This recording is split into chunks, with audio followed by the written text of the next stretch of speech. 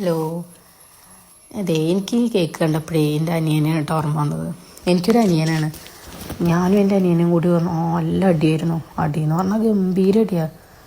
എന്താ പറയുക, വീടിനവരും പോണവരും മുഴുവൻ കാണുന്നവരും മുഴുവൻ ഞങ്ങളോട് ചോദിക്കുമായിരുന്നു ഇവർ തമ്മിൽ എങ്ങനെ ഒരു വീട്ടിൽ ഒരുമിച്ച് നിൽക്കണം.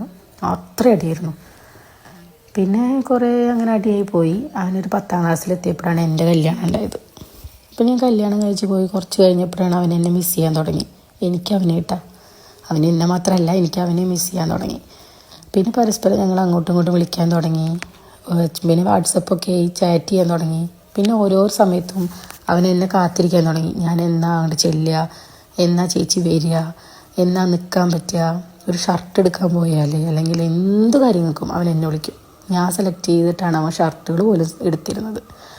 ഇപ്പം അവൻ വലിയ ചെക്കനായി. അവന് ജോലിയൊക്കെ കിട്ടി. അവൻ ബാംഗ്ലൂർ വർക്ക് ചെയ്യാണ്. പക്ഷെ എന്നാലും ഇപ്പോഴും എല്ലാ കാര്യങ്ങൾക്കും എന്നെ വിളിക്കും കേട്ടോ. സജഷൻസ് ഇപ്പോഴും എൻ്റെ കയ്യിൽ നിന്ന് ചോദിച്ചിട്ടാണ് എടുക്കാറ്. നമുക്ക് അവൻ്റെ അത്ര വിവരമില്ലെങ്കിലും അവൻ എല്ലാ കാര്യവും എന്നോട് വിളിച്ച് സംസാരിക്കും. എൻ്റെ വിഷമങ്ങൾ അവനോടും അവൻ്റെ വിഷമങ്ങൾ എന്നോടും എല്ലാം. പൈസയ്ക്ക് മാത്രമല്ല, എല്ലാ കാര്യങ്ങൾക്കും ഞാൻ അവൻ എന്നെയും വിളിക്കാറുണ്ട്. ഇപ്പം എനിക്ക് 2 ആൺകുട്ടികളാണ്. അവർ തമ്മിലുള്ള അടി കാണുമ്പോൾ സത്യം പറഞ്ഞാൽ ഞങ്ങളുടെ ചെറുപ്പത്തിൽ ഞങ്ങളെയാണ് എനിക്ക് ഓർമ്മ വരാറ്. ഞങ്ങൾ പിള്ളേരോട് പറയാറുണ്ട്, ഞാനും നിൻ്റെ മാമനും കൂടി യുദ്ധത്തിലും അടിയായിരുന്നു എന്നൊക്കെ.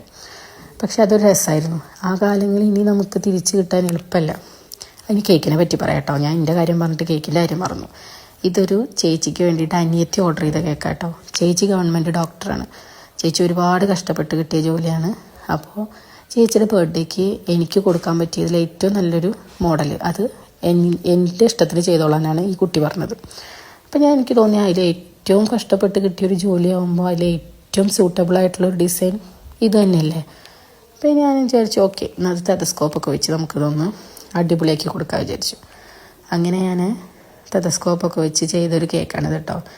എനിക്ക് വലിയ പിടുത്തൊന്നുമില്ല ഈ ഫോണ്ടൻ്റ് വർക്കൊക്കെ. എൻ്റെ കൂടുതൽ എൻ്റെ ഹസ്ബൻഡാണ് ചെയ്തു തരാറ് കേട്ടോ. അപ്പോൾ ഇത് ഞാൻ തന്നെ ചെയ്തതാണ്.